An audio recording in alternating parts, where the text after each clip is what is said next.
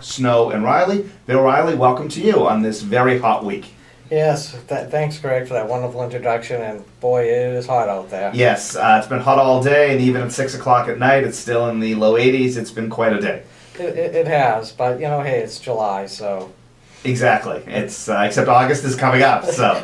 The dog days will be here before, they're already here. Yes. So you're going to be speaking with us tonight about some recent articles in the Wall Street Journal, particularly the delay in Obamacare and what we need to know. Right. I figure since, it'll be almost August and our buddy will be over in the vineyard, so it only makes sense that we'll talk about Obamacare today. So, there's been a lot of, media hype and everything about it, and, it's just one of those, it's kind of like typical politics, just keep kicking the can down the road. I mean, it was supposed to already be in place, and now it's going to be delayed by another year to 2015. That they can just push it back another year. So maybe he'll be out of the office before it actually gets implemented. We'll see. But what's really like... But to give him the benefit of the doubt, this is not exactly legislation that's outlawing jaywalking. I mean, No, there are a lot of moving parts in this thing. There's a lot of moving parts, but really it's kind of a misnomer in that everyone just thinks, okay, everyone's going to get affected by Obamacare.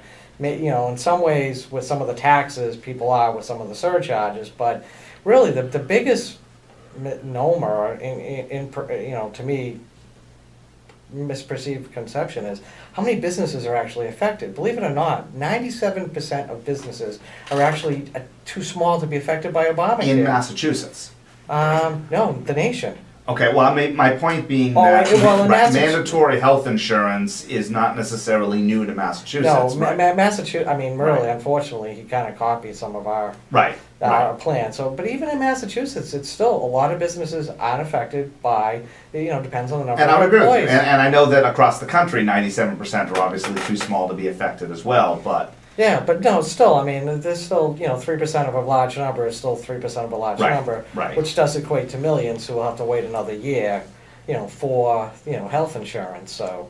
So what are you hearing from your clients? Are you hearing it's kicking the can down the road, yawn, business as usual, or are you finally hearing, okay, eventually this is going to come across our radar screen, what do we have to do, experts at Clark, Snow and Riley to prepare for this? What we're really seeing is most of our clients already have health insurance for their employees. It's just the type of people they are, the family businesses. So, the people who work from our family and that they've already had.